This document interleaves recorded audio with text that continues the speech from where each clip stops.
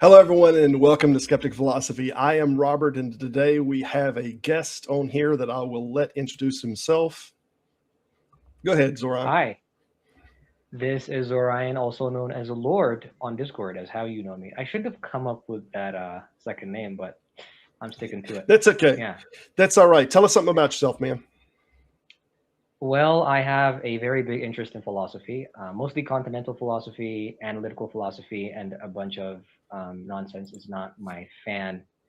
But I also have a stake in objective morality. I believe that morality is objective, and I believe that it's objective regardless of what anybody might believe in. And that objectivity is ultimately provable through science and scientific methods. And that is the case that I am trying to argue for today, hopefully with conviction, and I'll get through to Good. some of you. And yeah. Fantastic. Well, let me tell you something about the format and what we're going to do. We've talked a little bit on Discord and whatnot, but the format that we generally do Yeah. is we'll run for an hour.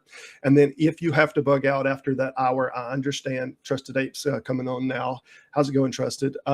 After an hour, we're going to put a link in the chat, and anyone that wants to come in onto a platform will have we can have up to 6 people in here, and we can have a conversation about it. We'll also open up Q&A, so we'll take some time for some people inside of the chat if they have any questions about people's ideals and whatnot. Again, I'm fairly new to this myself, but I think this is going to be a working format, and it gives everybody a proper opportunity to ask some questions and do a little bit of back and forth. So I understand if after the hour you have to bail, but hopefully you can hang out for at least the hour.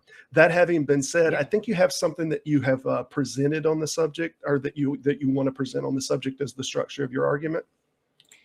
Yeah. This kind of thing, it's never really easy to tackle. Like, I don't want to go at it from a very, you know, like just head on position. So I'm just going to try to build a bit of a picture. Just give me like 5-10 minutes, and I'm going to try, even in a short while, and just let me build it, and then we can just carry on from there.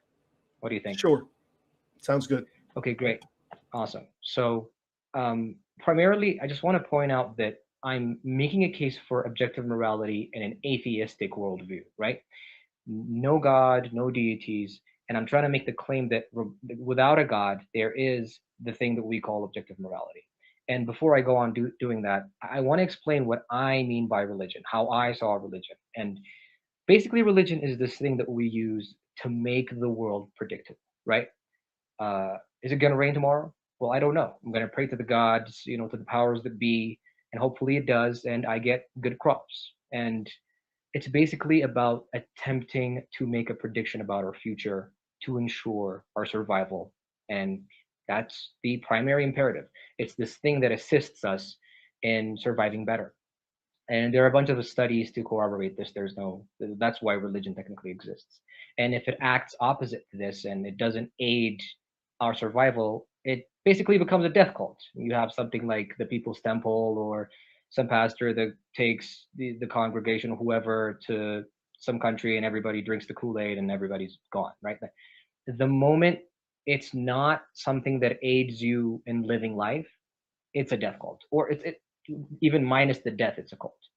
But now, when science happens, and we now have science, and we can predict the weather, and you don't have to sacrifice a virgin for good crops, next season, whatever. We can actually just you mechanize farming, and genetic engineering, whatever it is, to for the output of better food. That's science made it to the scene, and it made the world significantly more predictable. And I'm making the claim personally, that's how I saw it, is like the atheist revolution, how people are significantly more atheistic. I actually have scientific data to back this up. When people have a consistent salary, and there's safety in a country, and they have consistent salary, they become significantly less religious over time. That's a study done by, I think, Cambridge. I'm not completely sure, but I'm going to try to send you a link, and maybe you can post it so that people can see. But basically, I'm making the claim that the moment science made it to the scene and said, "Oh, hey, like, none of this stuff that we're doing is not really working to aid our need to, be able to predict the future. And even in the Middle Ages, you have a bunch of Catholics and a bunch of people, bowing down or doing all these things to pictures of saints and such, so that they survive the Middle Ages, right? But that's not necessarily a thing. And the Vikings and the ancient Egyptians had this. And now, after having said that, I'm going to move on to my second point of saying, like, just a scenario that I'm going to paint as the lion versus the man, right? The lion versus the man. In this scenario, where there's a starving lion and a man, and the starving lion's imperative is basically to eat you, and the man, because I'm painting this hypothetical, right? I'm going to paint it this way. Regardless of how confused you might be about things, the lion's objective, the lion's need to eat you for sustenance and to survive, is its objective morality. And you fleeing or flight or fighting the lion, trying to spear it, however, whatever timeline you're in, or shooting it with an AR, the fact that it's eating you is its primary imperative and its objective morality. By morality, I mean good. It's survival being good, and it's having the impulse to now go do the thing that ensures its survival, doesn't negate the fact that there's objective morality. But what I mean by objective morality is objective morality within the species, right? Both of us, like both of these living corporeal species of the man and the lion, have the primary imperative of survival and then reproduction. That's the only, there's no question about this when it comes to every other species on planet Earth, not even coffee trees. So the coffee tree, I think, is psychoactive. Coffee works. It evolved its psychoactive properties, if I'm not mistaken, so that it could deter parasites and pests that actually subsist on the berries. So that when they have it, and then there's a psychotropic thing that happens, I think, where it just kind of ensures the survival of the coffee tree. That's the evolution. When an evolutionary biologist goes and they see the tree and they're like, oh, why did this trait evolve? Where did it come from? What was this, a defense mechanism? Like, how do we treat it? We know what that's for. But when it's a human being, there's a sense of moral, like just a certain kind of, not even moral, I'm just going to park that for a second, but there's a certain kind of ambiguity, and that's the kind of thing that I'm trying to clear up here. Basically, I'm trying to drive home this point of the conclusion that ultimately survival and reproduction are the ultimate means, are the ultimate imperative for mankind. And regardless of how confused you and I may be about it, the ability to ensure those two things is the utmost important thing. And the only way that we can ensure it in the most productive and most efficient and most good way is through science. I am making that claim. And if you've got what I've said till then, just I did get what you said. I don't feel like most of what you said is addressing the subject of whether something is objective or not objective. I don't mean to relegate it all to semantic or emotional appeal, but it doesn't seem to be addressing in the category whether the set that is, let's say if we say there is morality and then there is immorality, and there is a set of those things which are moral and there is a set of those things which are not moral, it doesn't seem to give any meaning to this is an objective set and this is an objective set. And so one thing I wanted to clear up, and somebody's already actually asked it over here in the comments, I've seen it about getting a definition. Oh, yeah. What definitions? He's wanting to see if you will give a definition. So this is what I figured we would do on the subject so that we can make sure that we're on the all on the right page here. Let me see if I can get a link to. Hold on one moment. I apologize. I was ill prepared for this. Okay. I'm going to open because I don't have the English Oxford dictionary on the subject. They all have a bunch, and you have to pay for the English Oxford. So I'm going to just go to Marion. We're going to look at a few, see if you agree, like kind of where you're at on the definitional thing. And then we'll see. Hello. Oh, there we go. I feel like that's going to hold us back. Yeah. You feel like it's It's going to hold us back. If we can't communicate on what the definition is, then I feel like we're going to have a definitional disagreement just constantly of what we're talking about. That's why. So I was hoping is if there's a variation from what you're calling and what I'm calling, at least maybe we can hash that out and get what your definition is, so that we can get the difference of what we're talking about. Let's see. Does this come up? Oh, there we go. All right. So how do I even?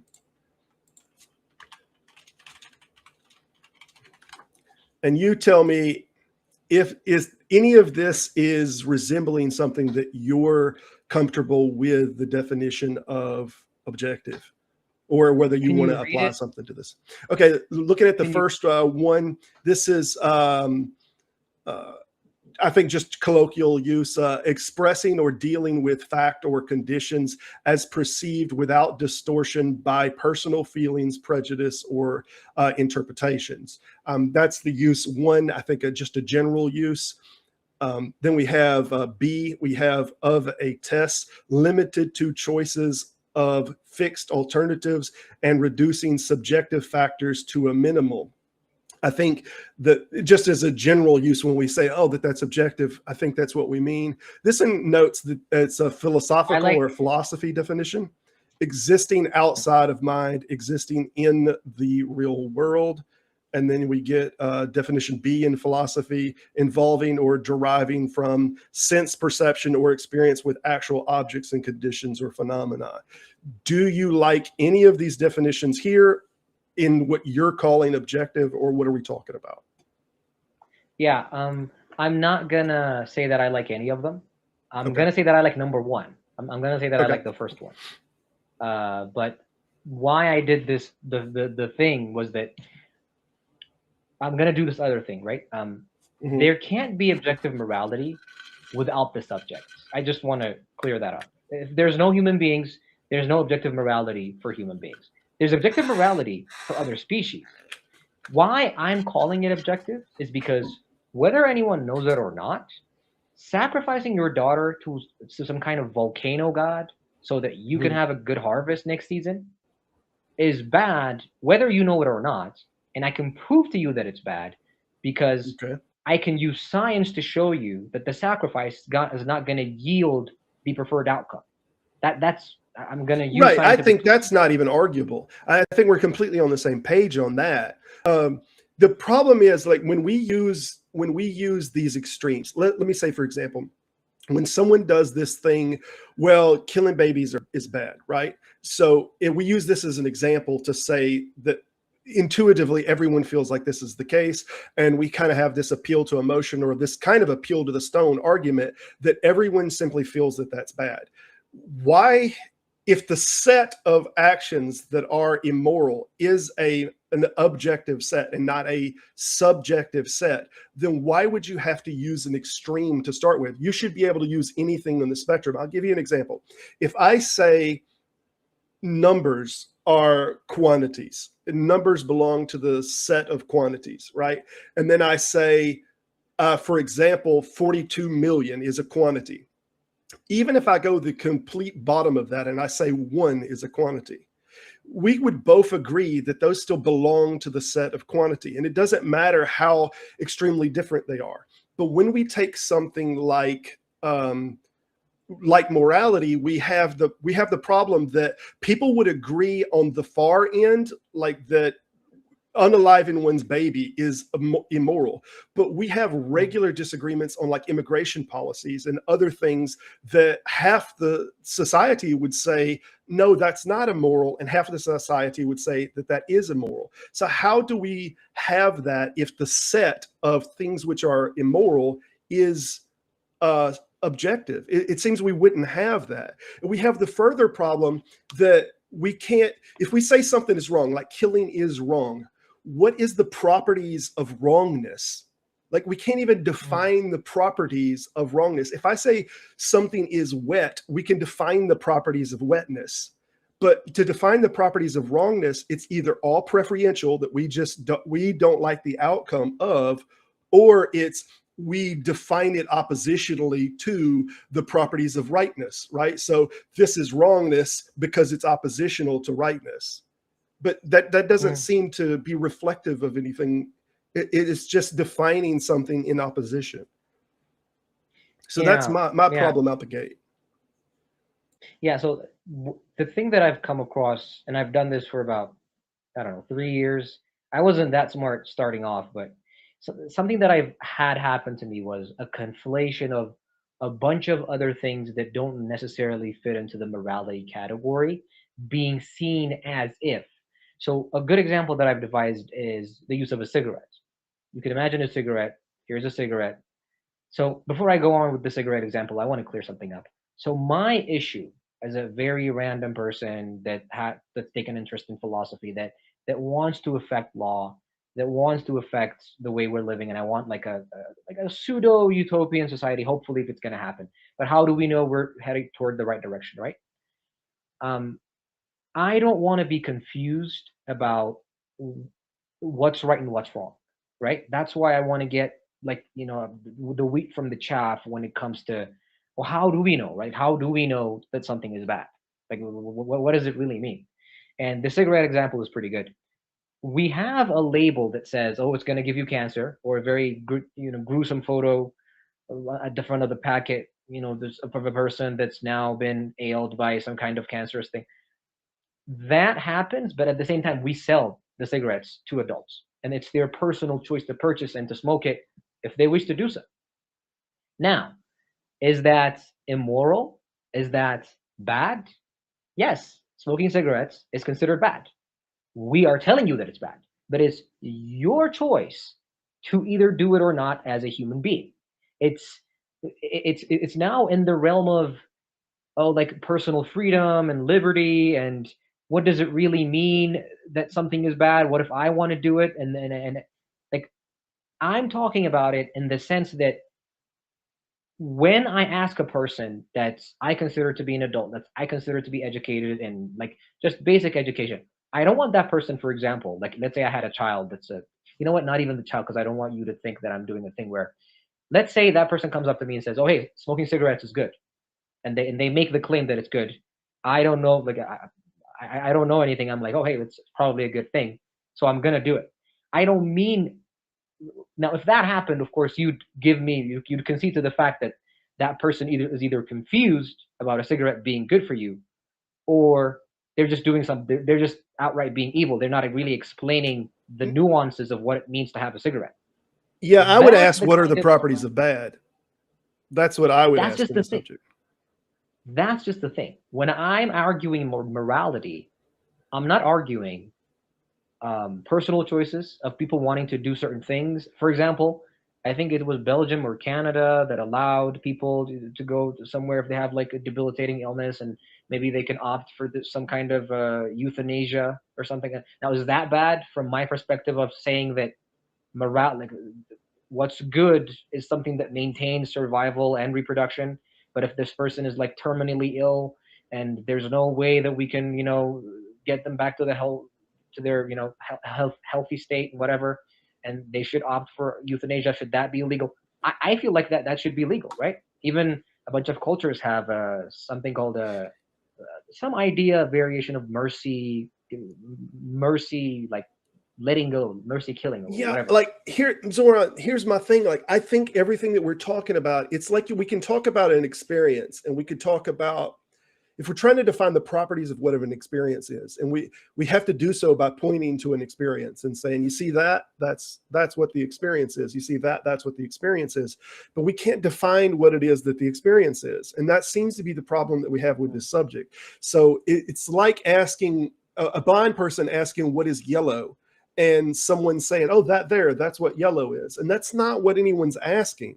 That we're not asking you to point at a thing and make declarative statements of that is this category. We're asking you to define what it is that is this category. And this is the problem that it seems to me, and maybe at least there can be some agreement on this subject, is what we're saying is immoral. Is that mind independent? Is it something that is outside of the human mind that you're saying is objective, or is it from the mind or from the collective of the mind? Or where is the grounding of the objectiveness that you're saying? Is it in the mind or not in the mind? No, it's not a. the fact that it's not in the mind is evidenced in how so many cultures and so many people are completely confused about what it means to do good and what it means to be bad, to do bad, right? I'm not a cultural relativist. I believe that there are people that are doing significant harm to themselves and to other people around them, believing that they're doing good things. That's why we live in the world that we live today. Like, you could go to somewhere in India where you could have see someone. I think I've read maybe an article about this where somebody drinking battery acid or something, thinking that, oh, it's gonna do me some. Now, why do we think? Why would we stop that person? Why would we try to educate that person? Why are we like? We don't live in the world that you were purporting that we live in. We live in the world of trying to pull ourselves by the bootstraps in a way, trying to if I'm gonna plagiarize Harris's argument, but we're trying to show everybody else that's completely confused about what it means to do good or what it means to do bad in a variety of fields, right? Like law, the treatment of women and children, immigration law, whatever it is. And the way we're doing it, the way we're telling you, hey, this is wrong, we're trying to give you scientific evidence, right? That's what the modern world is about. We're But trying to how show is you, that hey, possible to give scientific evidence if all it is we're starting with the preference that is genetically inherent? Like you can give scientific evidence that this thing will harm. You can't get scientific evidence that we ought to care if it harms. That's not the same thing. I don't have any doubt that we can prove that this thing will harm. Smoking cigarettes will harm. What we can't do is we can't prove that we ought not harm. Does that make sense? Like, we have an inherent value system.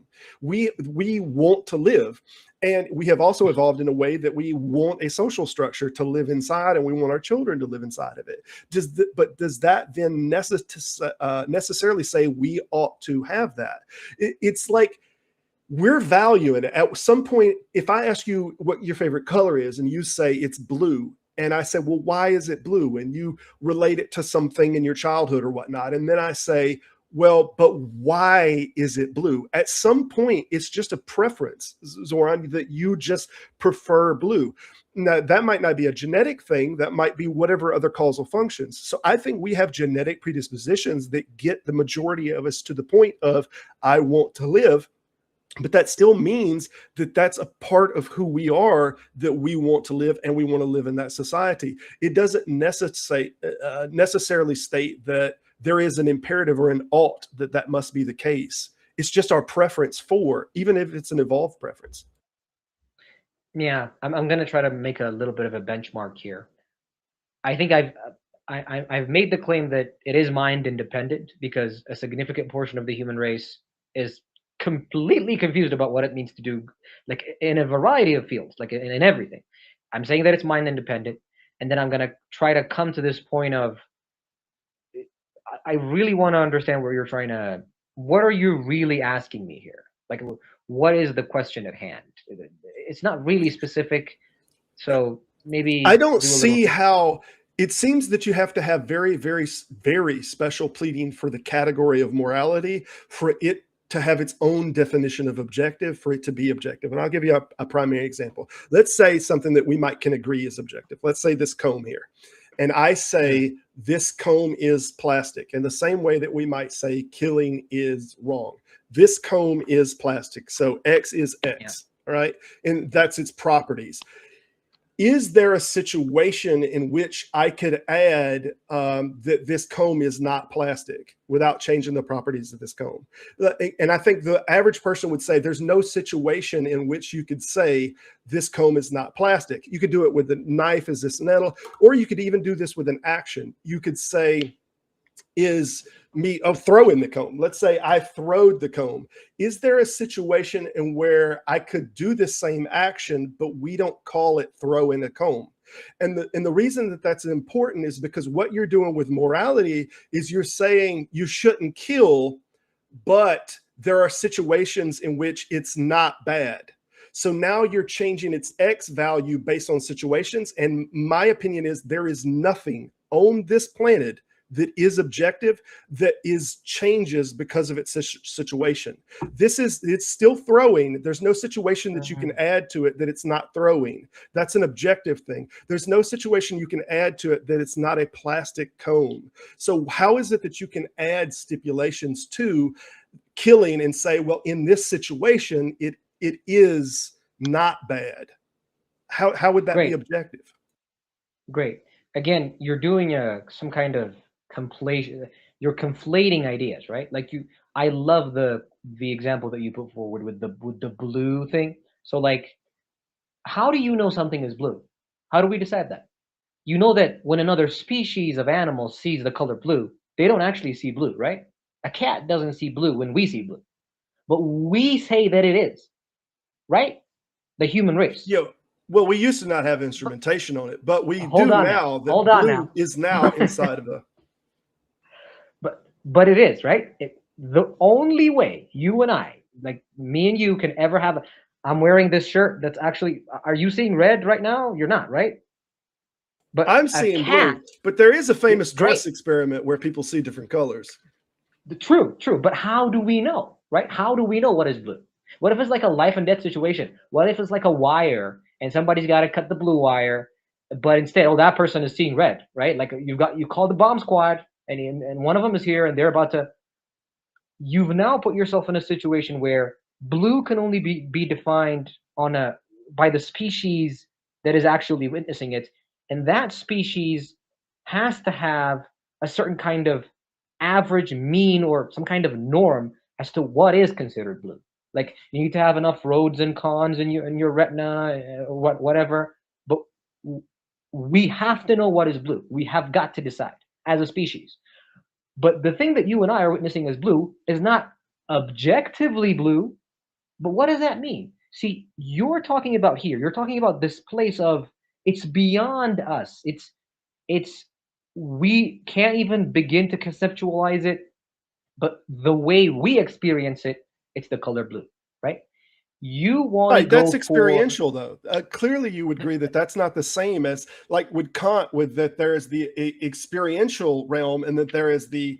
I'm trying to think of the terms that Kant used on the subject rather than Descartes, but he said the phenomenal world versus the noumenal world. That there is the world in of itself, regardless of how we perceive it, and then there's just our phenomenal experience of the world, like we see. So when we're talking about we're agreeing on what blue is, we're agreeing that my phenomenal experience is lining up with your phenomenal experience, and we're agreeing that it's blue. But there is outside of our experience, we are able to, in the noumenal sense, we can use instrumentation to validate what the curvature, what the frequency of the light that is blue is. So in that sense, it's now objective because we have a scale that we say blue is between frequency X and X.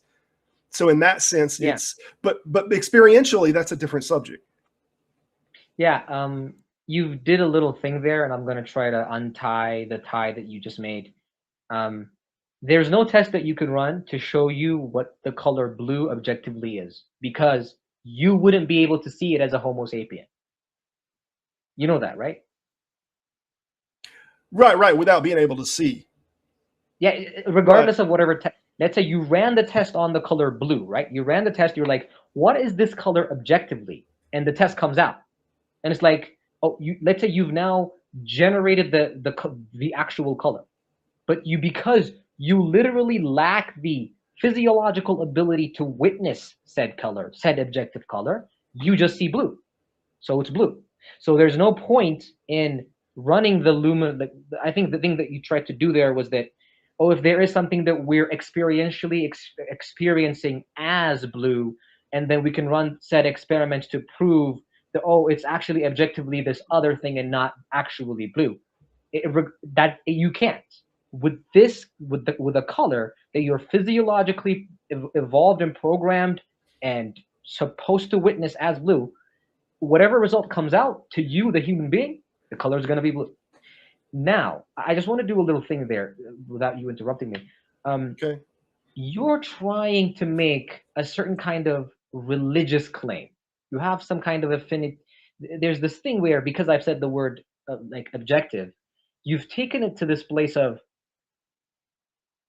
oh, it has to be like a certain kind of it, because I've also said that it exists without the mind because a considerable amount of people are confused about what it means to do good and what it means to do bad, and we see them doing bad and all the time because they're confused about it.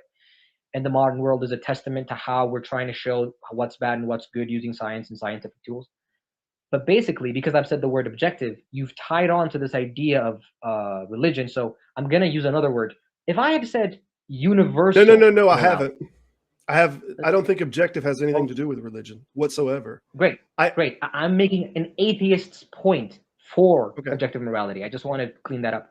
If I had said universal morality, aside from the obvious Orwellian understanding of a global government hovering over us, what is the thing that like, does anything land if I said universal morality? I'm not concerned with the terms. I'm interested in the Really? definition. Here's what I'm concerned with. I cannot see in any way, shape, or form where morality can exist as an observer independent thing. That it seems to all be mind dependent. And with the absence of mind, there's no such thing as morality. Like it doesn't exist. You're saying that it's mind dependent, and I told you Yeah, that without the human species, yeah. So the lion and the man example was given because the human species exists, the man exists. I was trying to wait. Do make the you claim. think the earth would be here if there was no humans? I think we might have skipped something. If Yeah, there were of no course. minds to perceive it, do you think there would still be a physical reality here? Let's just try to clear this up. If I snap my fingers right now and I pull a Thanos and every sentient being in the world just turned to dust, yes, there would be a planet. Yes, there would. Okay. That's all. I just wanted to make sure that we're in some sense of agreement about Yeah. our we should have cleared that up earlier because I started getting the feeling that you might think that even the reality is to some sense mind dependent, but just wanted to clear that up. No. I'm saying that the lion and the man should have cleared something up about what I meant about objective morality, and I did this other switcheroo where I added the word universal, but that also didn't track. I'll try to just give me a moment. The lion and the man works because I am ultimately trying to make the claim that objective morality is the thing that ensures your survival and reproduction. That's it. But We're there's in good agreement. ways and bad ways of going about it, right? Like you can have the Persians with all the land and all the resources in the world saying, "Oh, hey, we'll kill everyone. Like we'll destroy everything because you're not Persian and we don't like you." And like, how do we know that that's bad, right? Like, and when I say this, you come at me again. You're like, "Oh, it's an extreme example that we're going for. You should be able to do it with like a 1-0 type situation where you have to turn it down." And then I say the cigarette example of we know objectively, scientifically speaking, that a cigarette is going to multiply the amount of cancer cells that you have in your body. It's going to lead to a lot of problems, respiratory, circulatory, whatever it is. We know that objectively. Now, Yes. if you're arguing for a certain kind of subjective morality, whose definition I'm still a little bit iffy on, can you agree with me that a cigarette is objectively bad for a human being? Yes or no? No. I Oh, believe that it is really? objectively it Really? will damage and can cause cancer. But you that don't think that doesn't that's bad. that But you don't think that that's bad. I think that it's bad, but I don't think that it is bad objectively. I think subjectively because I Ooh. don't want that person to die. But it is only Okay. because I have a preference. We did this before with the chessboard analogy. And if y'all that don't know the chessboard analogy, and we don't have to do was it you that we talked about with the chessboard, or we used a monkey, for example, or whatever Maybe. example? Like, if we say we're sitting at a chessboard and we agree that we're playing by rules of chess and that the agreement is that we both want to win chess, then in that situation, there is a best possible move. Like there is in a given situation, a best possible move to acquire that goal of winning that game. But there is nothing that states that one ought to try to win that game, that that's their goal, that that's what they should want to do. So you have to start with what my goal is I want to win the game before you can say the best possible move is X, because it's the best possible move for what? To achieve that end. So if you start with, I want to win the game, then you already have a foundation of, okay, now there is a best possible move to acquire that end. And in the same way, if you start with, I have a predisposition for, and I want people to not get hurt, then you start with a value set and then you can build on that and say, then therefore there is a best possible move to not do this. So I agree with you that we can scientifically prove that certain things can damage, but we cannot get to the position of we ought not damage. That is just an internal impulse that says, I don't want that to be the case. And we want to live. That is evolutionarily instilled. We want to operate in a society that is evolutionary, instilled, but it's still preference that is mind dependent, that we want those things. That's where we have to start as a foundation. We have to value that. Yeah. So you are the one. I am the one that you had that conversation with, and I came at you with this. I said, we can't do philosophy outside of the human race, right? We can't do philosophy outside of the human. We have to be here even to do philosophy for lions. If we're not here, there's no one to do philosophy. And if another species of beings were here and they tried to do philosophy, it would be framed completely differently. Or because they're physiologically different, they evolve differently, they have other needs, maybe they metabolize iron. I don't know. What I'm trying to do, the thing that you're saying right now is that the chessboard game technically to me doesn't sound like a philosophical argument to somehow thwart my assent of, oh, hey, do you think a cigarette is bad? And you're like, oh, if I'm going to sit at a chess game at a chessboard opposite someone, and if my primary goal is not to win, and there is there is actually a best move for me to win, you can't necessarily say that I was wrong for not playing it or for not using that move, that ultimate move that I needed to use to actually win the chess game. I'm telling you that is equivalent to you saying that if I came at a person and I killed him, or before I killed him, let's say I killed the person, I asked you, hey, is that good or bad? And we somehow brought that person back and it was a zombie, and it said, oh, why did you make the assumption that I wanted to survive, that I wanted to live? And we just don't live like that, right? Like, that's why that there's capital punishment, because we actually do consider it bad. We don't send hardened criminals and child predators to La La Land. We incarcerate them. We do the best that we can so that these people never come back. You actually made that primary point of, oh, like we actually do have to commit killing at some point. You're right. But why do we have to do that? Like, why do we have to commit killing? Because we, as the human race, have decided that it is bad for that to happen to someone. And the worst thing that you can do to someone is ultimately, like, you take away that primary imperative of the Homo sapien, which is survival and reproduction. I mean, you can't reproduce if you're dead. I agree. Here's the big thing, though. I don't understand. Like, you're acting as if that it's only pragmatism that we define something this way or that way. But when we say something like the object or that it's objective, we're not saying that because it's pragmatic to us. We're saying it because it's definitionally the case. Like, all of these things that are sitting here on my desk, if that Thanos snapped happened, all of these things would still be here. And that's why they're objective. It's not because it's pragmatic for us that we call them objective. It's because it's definitionally fits inside of the category. So whenever I say that this isn't meeting objective, I don't care if it's pragmatic. That's not my concern. My concern is, are you using a definition that says it is objective, that you have to make your own special definition for a specific category, or can we apply the definition that we use for every single other thing that we call objective? And it seems like we can't. It seems like we have to create a new category of objective to define it. And you're saying that it's not practical in the general sense. We talk about it as if it is objective. Yeah, I would agree. In the general application, when we are agreeing on stuff, but we can agree on taste. And there are things that me and you might agree that we think are bad. And even that everyone in this room, that they think taste bad.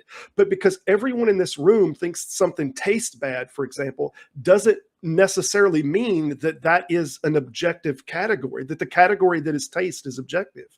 And I know I mentioned this with you before, like, when you do taste and you say something that we have evolved to not like the taste of, or we've evolved because that thing is detrimental. So if I say something like poop tastes bad, and everyone agrees that poop tastes bad, and I use that as an example to say, well, you see, the set or the category that is taste is objective. It's not objective. That's just something that everyone has evolved in a way that they think that tastes bad. That doesn't make the category. Yeah, because we have only 20 minutes left for the audience to get in and for you to do your thing, and I'm gonna try to see this through. I want to this realm of ambiguity and vagueness of, oh, do I like pumpkin stew? Pumpkin stew tastes bad, so does it make pumpkin stew immoral? Nobody's saying that. When we're talking about morality, you and I are not talking about pumpkin stew. Nobody is. If we are, I would clear it up. I'm like, oh, hey, this is the conversation at hand.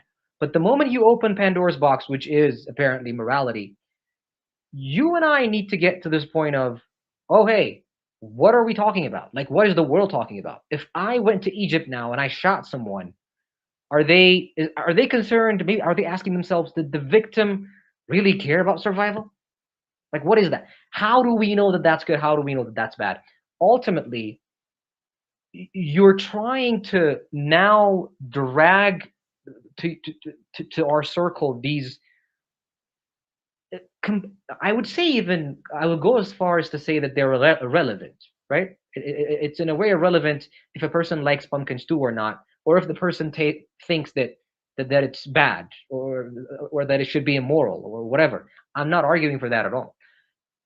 So, like, let's try to use a real life example for this. Like, if you want to just not delineate this and you want to just widen the scape to the point of oblivion, where you're telling me now, because we can't know how every single little thing that we are experiencing as human beings. For example, we don't experience radio waves directly. There's probably radio waves all around me. I'm having the communication with you, right?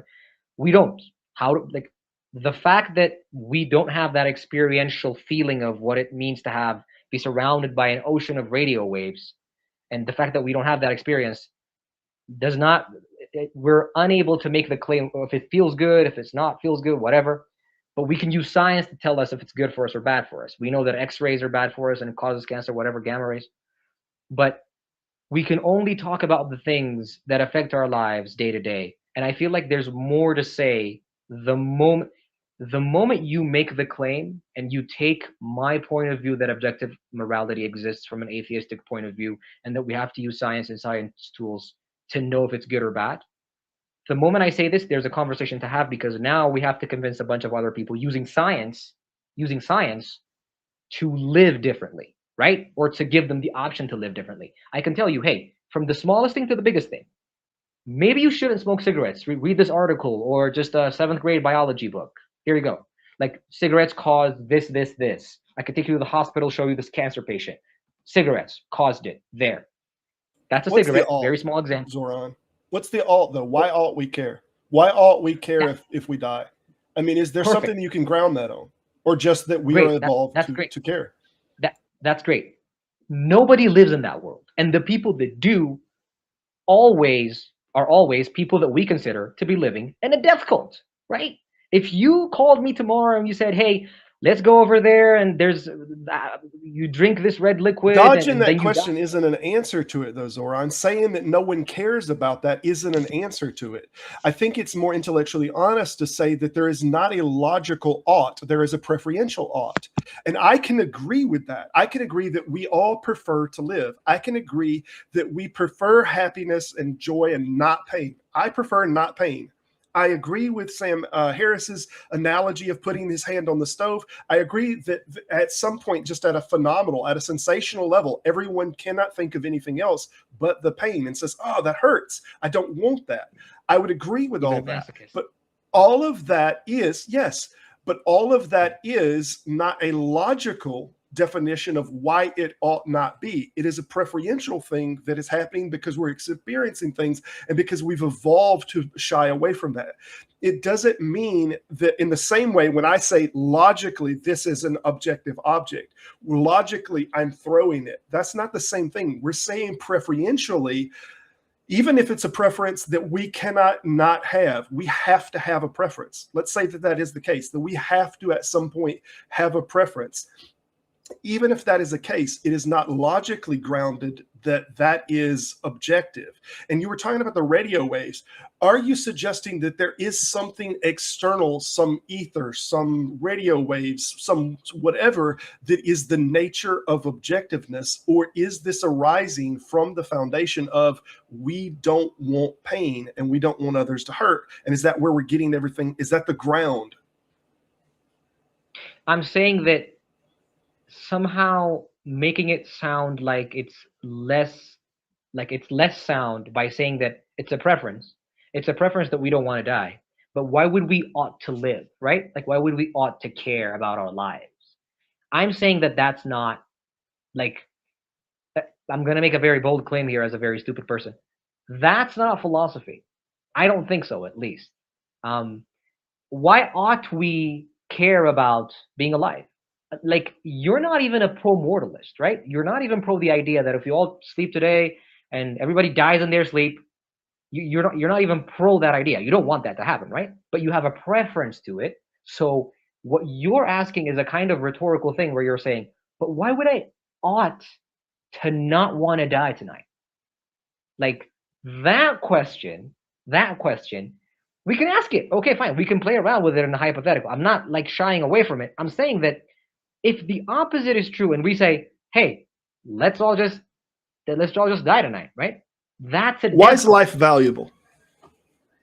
That's just other thing. Than you prefer it. That's a religious question. Like, I'm having. It's not a religious question. It's not a religious question. It's a value question. Is there a value that is intrinsic, or is it just? And don't get me wrong, Zoran. I don't think that I cannot not value it. I at some point, like you just the reason we ought is because that we can't not value it. But that doesn't mean that it's logically necessitated. It's just in our mind. I cannot not have my mind. That's just not possible. So because I do have my mind, and because my mind is always with me, I always have the preference for life, and I always have the preference for. But I might reach a point where I don't have the preference for life. And when do we reach that point where we don't have the preference for life? Yeah. Right. Okay. Then what is the ought that I ought to live when I get to that point? What is the ought? And I don't think there is one. No. What you're doing now is conflating so many variables together to a point where you're like now, even right now, right? I could be in debilitating pain. I'm in my 30s. I'm in debilitating pain, and there's no cure. There's nothing that can be done. There's no anesthesia, but they can euthanize me, or somebody could take me to the back and shoot me in the head instead of like 20 more weeks of severe pain. Now, what is that, right? Like, why would I ought to take that option instead of not surviving? Even the option to ought to take the euthanasia option is because there is pain, is because I can't do this other thing despite the pain that would have made the euthanasia option very horrible. Like if I was alive and I was happy and I had my family and everything was perfect and my cat was safe. Technically speaking, it's ingrained in the idea. I just want to say something real quick here. When like ancient civilizations or the Aztecs or whomever it was that threw virgin women into a volcano, when they made those sacrifices, there was an ultimate goal that they thought the gods granted them, right? Like they're like, oh, the crop is gonna we sacrificed a good virgin, by the next harvest everybody's gonna eat, right? Even that guy. Even the sacrificing of the virgin itself is technically their version of let's kill one guy so that two people can survive. If it was the opposite, they're like, why would we ought to care about the village survival? Why would we ought to care about anything? Why would we ought to care about the crops? Why ought? No primitive society in the history of man has ever said that. We're not a primitive society anymore, Zoran. No, I'm trying to just paint you a picture. What you're inviting me to entertain is, you should ask yourself, why would you ought to care about the next? Like, let's say we're living in some kind of place where it's fine. Why would you ought? It's why ought you? It's just why ought you? Why ought I? Like, or why ought I? You can just replace. Yeah, why should I care?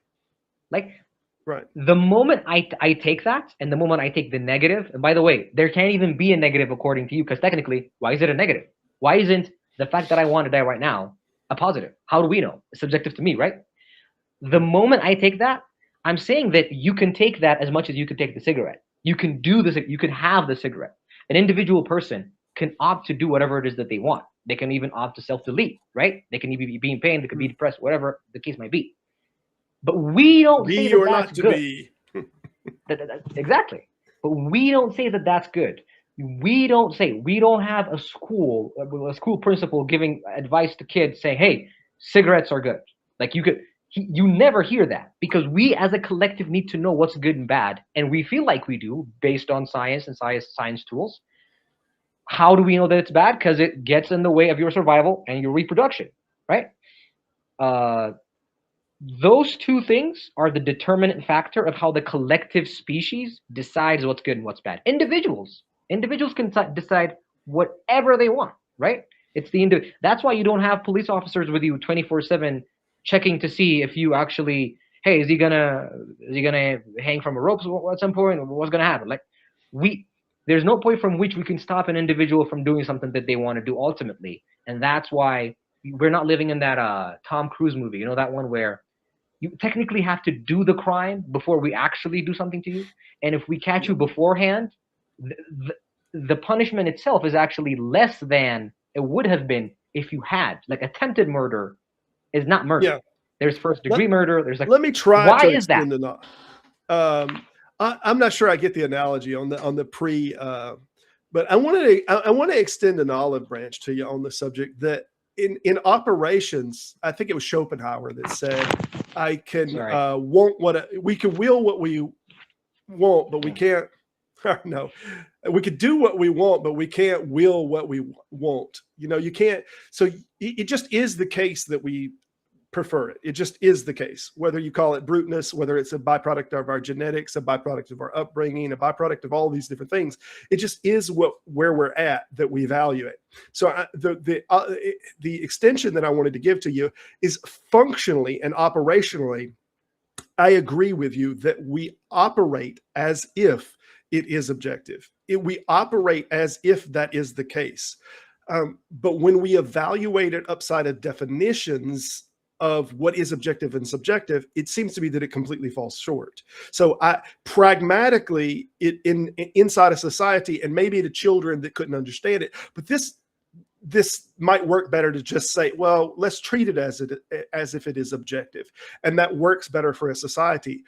But it doesn't mean that it is objective. It still seems that it's mind dependent, and that if everyone disappeared, it disappears. And if the old scenario is, if you have one person, there's two people, and then the last person dies, is there a behavior that you ought to do? You know, is there a thing that you ought not to do? You know, and it seems to vanish at that point because there's no people. Yeah, but I'll tell you some. I was reading a book by Tim O'Keefe. I think it was Epicureanism. I'll just add a little bit something here. So I think it was the Aristotelians or something. They said that a philosophy that doesn't cure any ailments of the soul or the mind or something, is like medicine that doesn't cure any diseases, right? Me and you were trying to do philosophy right here. Like, I like continental philosophy significantly better because I'm dumb for analytical one. But even at the time of Aristotle, people said, oh, if the philosophy doesn't do anything, like it doesn't help us have more conversations. It doesn't help us live better. It just, what you're doing now is asking the question that nobody can answer because you're an individual human being, which is like, why would I ought to care about anything? Why ought? But that's I would even say that that's an existential thing. And it's not even an existential thing. You're kind of, you want to be confused about the state of the universe and the state of the human race and the state of you, because I'm not confused about it. Now, I want to know and not be confused. That's the thing. I think we come from different sides of our interest in philosophy. So where I come in was in epistemology. That's my favorite subject of a philosophy. Like, how do we know a thing, and what is the root of knowledge? And it seems to me that, like, if something is objective, then it has a, whether you call it an essence, if you want to do the Aristotelian thing, or if you want to call it properties and say, what is the properties of, objective has properties, right?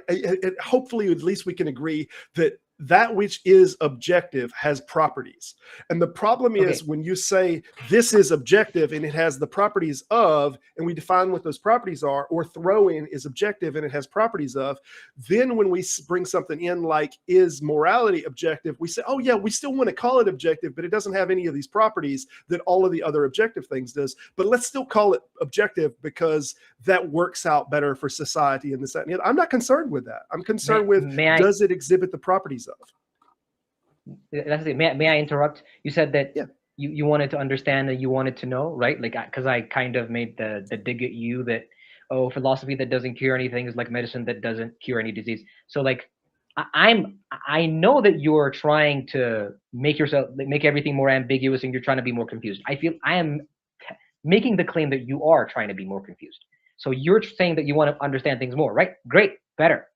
You're saying now, like when I made the cigarette example, why would that person care about cancer, right? Now, how does that help you understand the world and understand yourself and understand the universe better? Please enlighten me, sir. Oh, I'll be happy to. This is my favorite subject. This is my absolute favorite subject. It is the division between want and reality. I keep these as two very separate things. It's very important to me that they never mix together.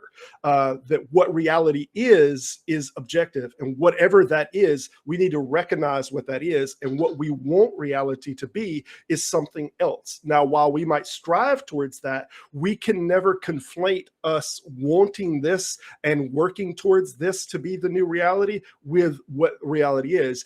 Religions do this. In fact, I think it was Hebrews that does the faith is the substance of things hoped for, as if hoping for a thing just necessitates that it is so. I don't like that. I think that's problematic. I think it's epistemologically problematic.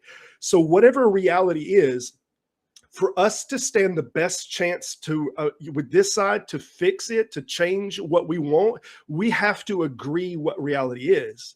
And if we're mixing the two together, we're mixing our wants and what we want more reality to be with what reality is, we've already screwed up. So the line for me has to be extremely sharp and developed. This is what reality is. This is what we want. Now you work on that. But if we just start saying, well, we want this to be reality, therefore this is reality, oh, we're screwing up big time. Okay, so you're saying that you don't know what reality is, right?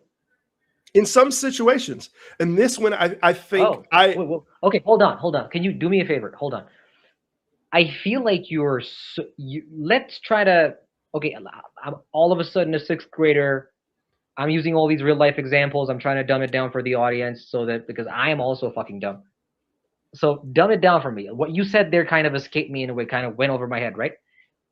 Real life example. What is it that you're really confused about? Like in reality, what is this philosophy of vagueness and willful confusion aiding you in attaining as a person? Like, what is it? I don't know why you keep doing this ad hominem thing where you're telling me I'm willfully confused. I'm not sure why you're doing this. I haven't done it to you. But that having been said, that's fine. I'll try to address it. But one should know that one cannot know what one does not know. So if there's a thing in which I am confused, I can't explain to you that thing which I am confused on, just definitionally. But I'll try to break the conversation down a little more. There are things that are fact claims. There are things that are observable in a way that they exist independent of our mind. And I think we've already agreed that there's a world, even if there's not a mind here, there are those things. That world is still here, no mind whatsoever. We still think it's there. That to me is objective. It is not dependent of the mind. So I'm not confused on this subject. This is something that we have to have a mind to have morality. Hold on, like, so like, it seems like you just have some love for the word of objective, or you think it's more valuable than subjective. And I think that's the problem. Like, you have a preference that you want it to be, and maybe I'm wrong, but you want it to be objective as if that's somehow better, but it's not. No. Even you, hold on. I don't want this to be an intellectual self-stimulation session, right? Like, it's not. What I'm saying is that me making the claim for objective morality enables me to use science and science-based tools to know what is good and bad. How do I know a cigarette is bad? I have got the scientific paper that shows me that it's going to give me cancer. Why? Now, But you are saying that you're gonna die on the hill of why would I ought to care about cancer? And I'm No, no, no, asking you a no, no, question. not at all. No, I Ooh, still take your position that because I have the subjective position that I want people to not suffer, I still have that position.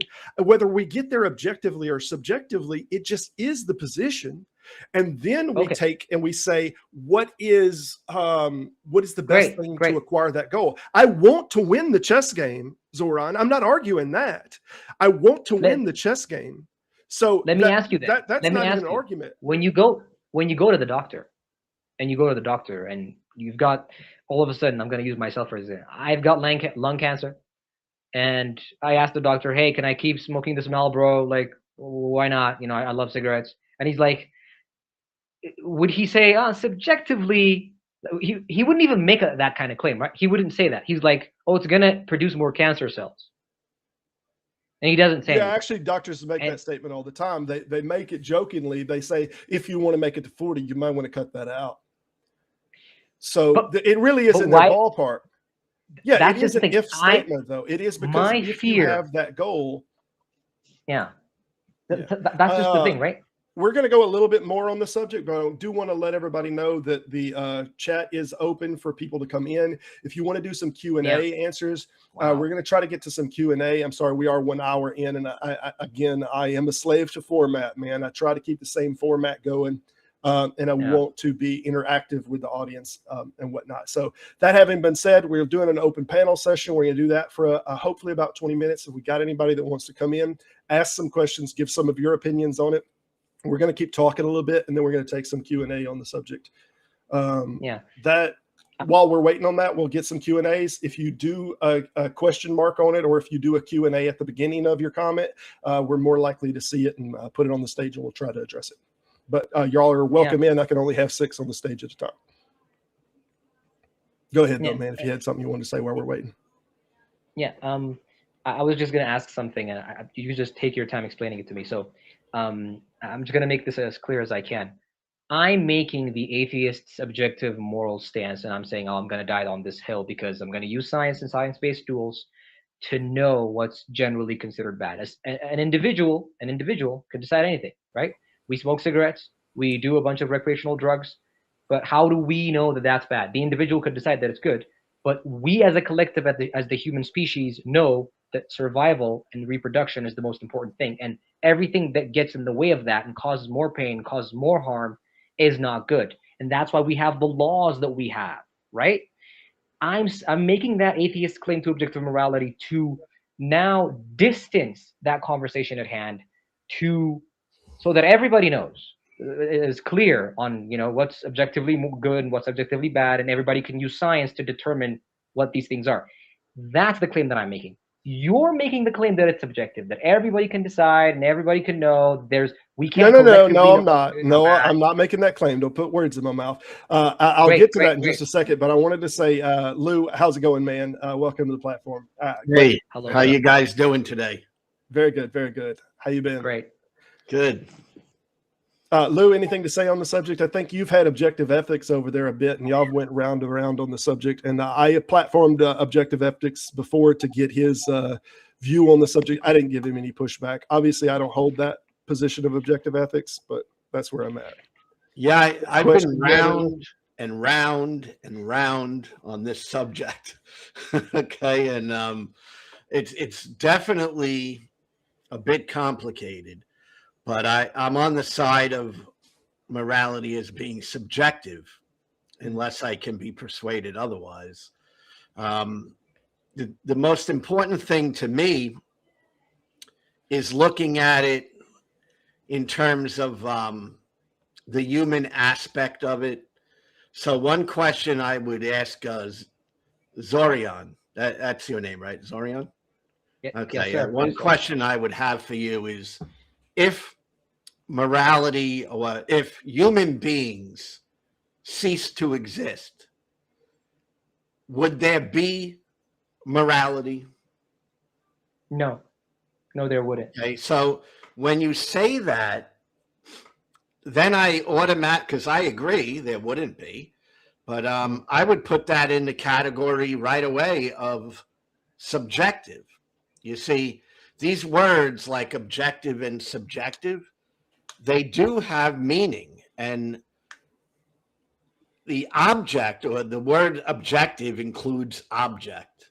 Now, I know it's not the same word, but object is something that is real, right? It's not something we create in our minds.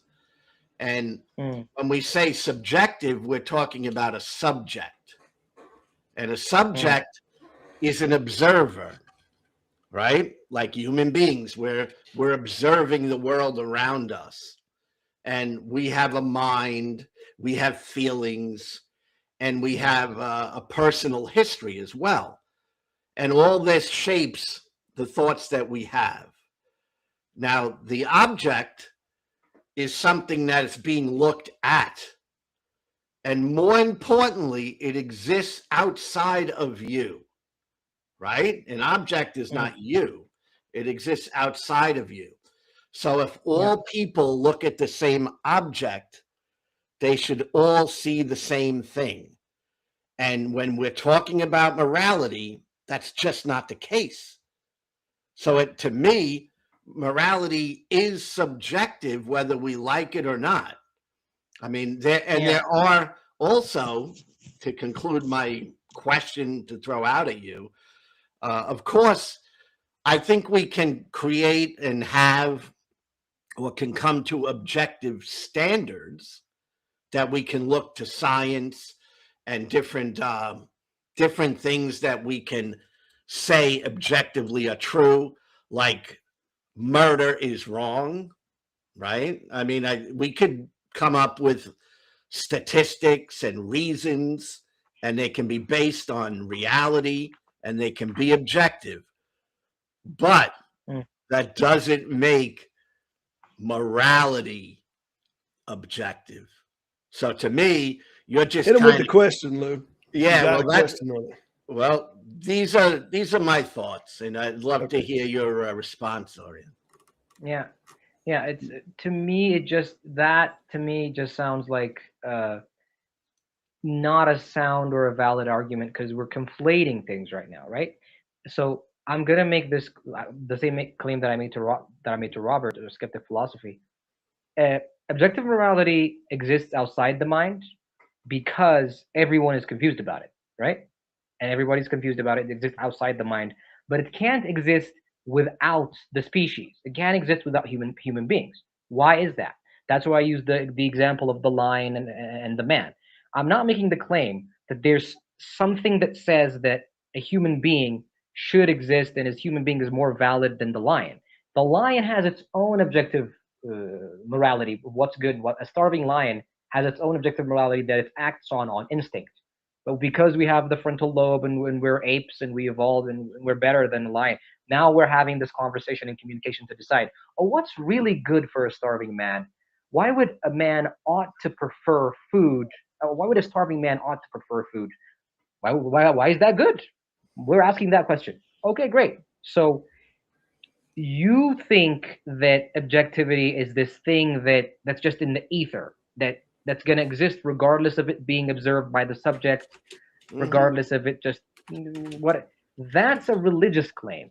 I'm telling you that's a religious claim. I'm not making a religious claim. I'm making an objectively moral claim to atheism, right?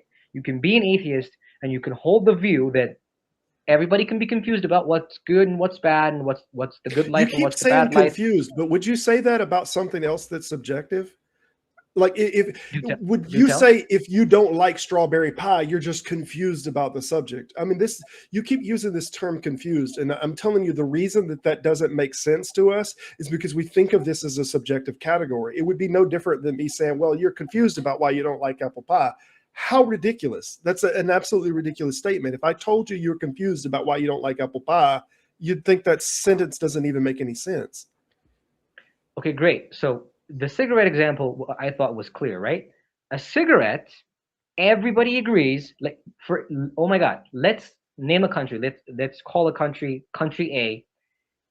of Homo sapiens, just like you and me, they could think that a cigarette is just a great thing, right? A kid is born, we're going to give him a cigarette. And just a woman is pregnant, we're going to give her a cigarette, right? We know that that's objectively bad for Homo sapiens. Regardless of us being confused about it, that's what makes it objective. The fact that they think it's okay doesn't make it okay. You're saying that their belief that it's okay is the thing that justifies it, right? But I'm saying that No. I didn't say it justifies it. I didn't say it justifies it. I want to be clear because I think that you believe that I think these things should be done, or that there's nothing that says that they shouldn't be done. But you can't change. You can change one person's perspective at a time that says, like, I might reach a point that I want to die. And then because I don't want to live.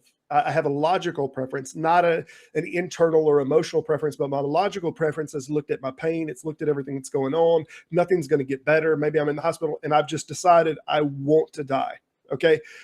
That preference in no way, shape, or form is going to change the collective that is going to always want certain actions. So even though an individual says, well, I am getting away from like the instinctual and evolutionarily instilled, that doesn't mean that the collective society is going to make a change on that subject. The collection of society is always going to be that which is evolved and says, we want society to operate, you know? Okay, so just because I don't want to do the whole intellectual stimulation thing, like the whole, yeah, I'm going to ask you a question right now. And I feel like that's going to really clear things up for us. You found a person that genuinely believes that cigarettes are good. You found that person. Yeah, there's people that smoke. They think that cigarettes are good. No. There are people that smoke. Let's say I smoke, for example. I'm smoking a pack a day, whatever. But you're saying good for their health, but you're not attaching good to anything. No. They just believe that whoever smokes a cigarette. Okay, so we can try to get rid of the word good, but that would really hinder our progress into discerning what it is that we're trying to get at here, which is morality, which is ultimately a decision of what do we consider good and what do we consider bad. I'm not concerned with individuals. Hold on, just give me 2 minutes to kind of delineate this for you. I'm not concerned with individuals. I'm concerned with individuals that act on things because of the belief that it's good or bad. I don't mind individuals that smoke cigarettes because they like nicotine or because they like the nootropic thing that it does for them or whatever. But I need them to know that it's bad for them, that it's bad for their health, and that their primary objective should be to survive longer and to not suffer. That's just the thing. That's just the thing, right? The individual can hold the view that they don't want to live. I don't mind that.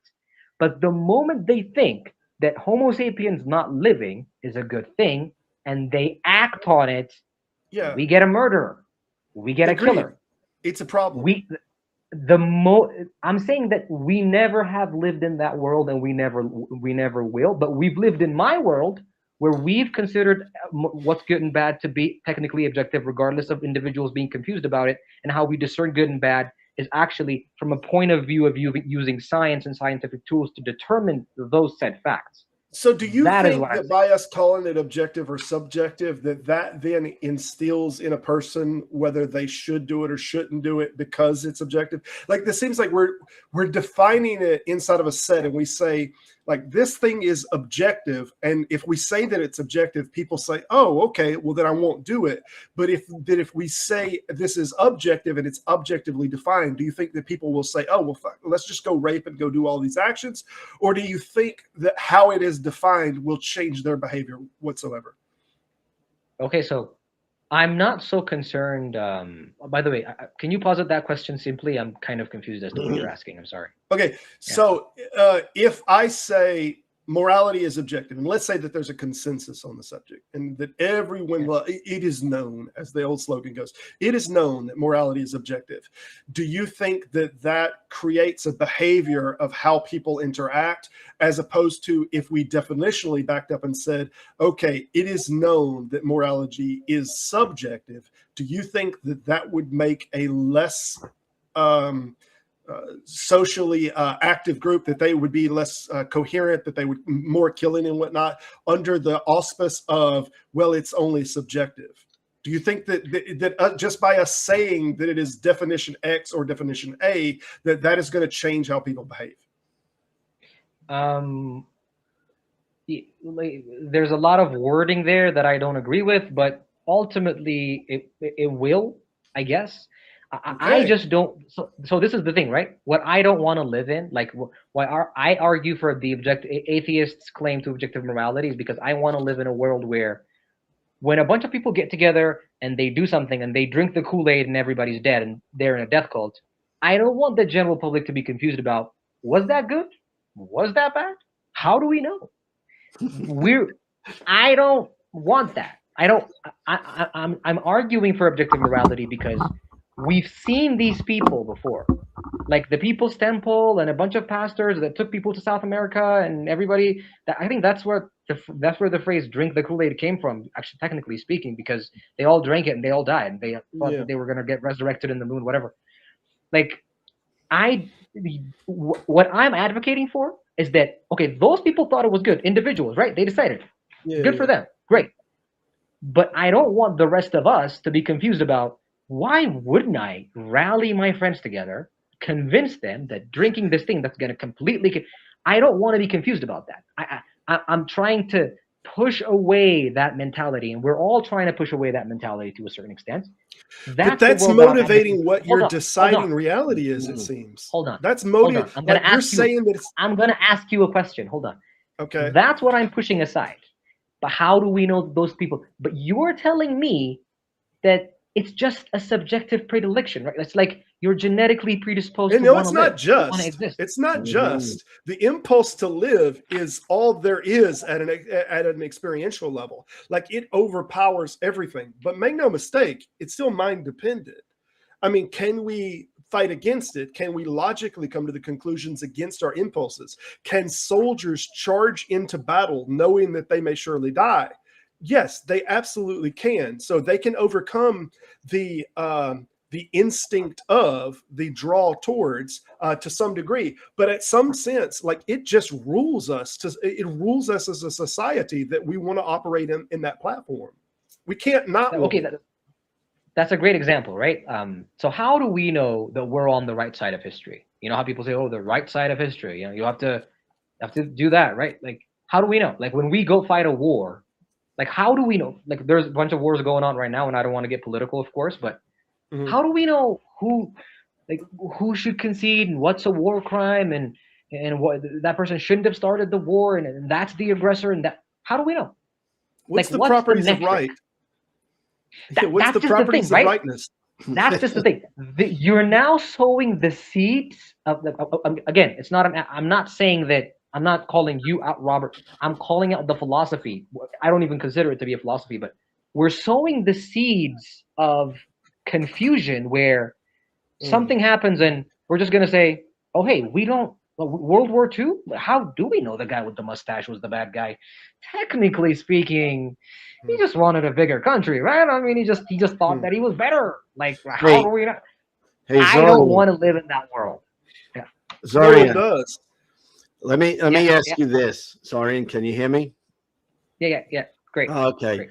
I understand that you feel good about thinking that morality is objective. Okay. And that's not the question that me and Robert are really asking. All right. The question is the nature of morality. What is morality? And if morality is in any way an object, and I think you would agree it's not, right? It's not an object. And if morality is a construct of the human mind, and if you think it's a construct of the human mind, and if you think it's not an object, then the word objective just doesn't apply to it. Yeah, that's why I went for the word universal, right? I could say universal. That hating that word, you can only hate it if... Well, we don't hate it. We just don't think it's descriptive. It's not correct. It's not that we hate it. That's just the thing, though. It's objective because you can be confused about it, though. Like, we all three of us, we can go to a place just a couple kilometers away. We can find the people that are significantly confused about what's good and bad, that deal a bunch of stuff, that do a bunch of things to a bunch of people. As a group of people, like, we cannot be confused about, like, what are the properties somebody of has to be right. Zoran? This is the thing, right? I mean, you keep saying, like, this is such an appeal to the stone kind of argument. Like, you keep operating under this premise of, well, we can know what good and bad is as if they're material things, right? And they're not material things. They don't have, there's not a properties of goodness. There's not properties of badness. You can define them because you have specific outcomes that you want to be the case. And it's only in light of those outcomes that they are good in serving those outcomes, or they are bad in serving those outcomes. So if we can have the conversation that as a society, that we have the collective preferred outcome of an operational society, good. We have a platform. We can start from that and say, in light of that service, this thing is good in relation to that if statement. Like, that's what we want. We want people to not suffer collectively, but only to the degree that we want people to not suffer can we come to that agreement. This is why we have all these weird immigration things, and this is why we have people that don't care about the pain of animals and whatnot, is because that's just not in their in-group. They don't care about the suffering of those animals or whatnot, and subsequently they don't extend anything. Objective ethics had this same problem with animals and saying, like, how does animals fit into your objective model? And I don't know if you have the same problem with, like, animals. How do you extend objective morality to animals? And is it a one-way thing only? Yeah. So, like, again, the lion and the man was, I felt as though, a good example of the lion's objective morality, or the lion's good, a starving lion's good, is to eat you, right? When I say objective morality, it exists for the species. Like, without the human species, there cannot be an objective morality for the Homo sapien, right? But the Homo sapien is not. Objective morality is not something that we produce in our minds. That's why we're all confused about it, and that's why we need science and science-based tools to tell us that something is good or bad. Basically, we've been trying. Ultimately, every society wants to produce something that, somehow reinforces survival and reinforces reproduction. The moment that doesn't happen, we have a death cult. That's the world that we've been living in for. I just firmly disagree. We can say that we know. I do want to start answering some of these Q&As that we're getting to come up here. And if y'all have any questions, please. But this one is, given the view of objective morality is human survival, what does Zoran think of antinatalism? You familiar with antinatalism? Okay. Yeah. I'm a very big fan of David Benatar. He actually had an argument with a discussion with Sam Harris. Very, very nice. Better than the Peterson one. I'm an antinatalist, right? I am. But I don't think that it's good, because my primary objective as a human being is to survive and to reproduce. I go and get a vasectomy. But that's just the thing, right? As an individual, like the cigarette, I'm deciding, hey, I'm going to smoke the cigarette. I'm going to get my high, and I'm going to have my cracks coffee. in the armor. Here they are. Great day. No, I'd never say, though, I'm never going to go out and say, oh, hey, don't reproduce. Like, do not, like, let the species just wither away. That's just bad, because I know objectively that, like, I'm flesh and blood. I have every drive to survive, and I have defense mechanisms, right? To fend off against other attackers, other human beings, other animals. Like, even the hormone testosterone, in a certain way, evolved that way. I don't know much about it, but I must have seen a YouTube video or two. But yeah, let me say something on that subject, though, and tell me what you think about it. The problem that I have with antinatalists is that first of all, I appreciate their will thinking about the subject, and that they are putting some thought into the subject. But the problem that I have is, now the people that think about the subject and are concerned with it, they're not the genetics that now goes forward. Instead, the genetics that goes forward and the whole world that we get is the people that don't give a shit about the subject whatsoever. So now we're building a world that is devoid of the intellectual thought about this subject. It's a self-defeating evolutionary process. It seems to me that it's making the world poorer for it. Yeah, it's actually natural selection. There's a research done by a person called Donald Hoffman. Basically, he proved that people or species that see significantly closer to reality, the reality of things, have a tendency to go extinct.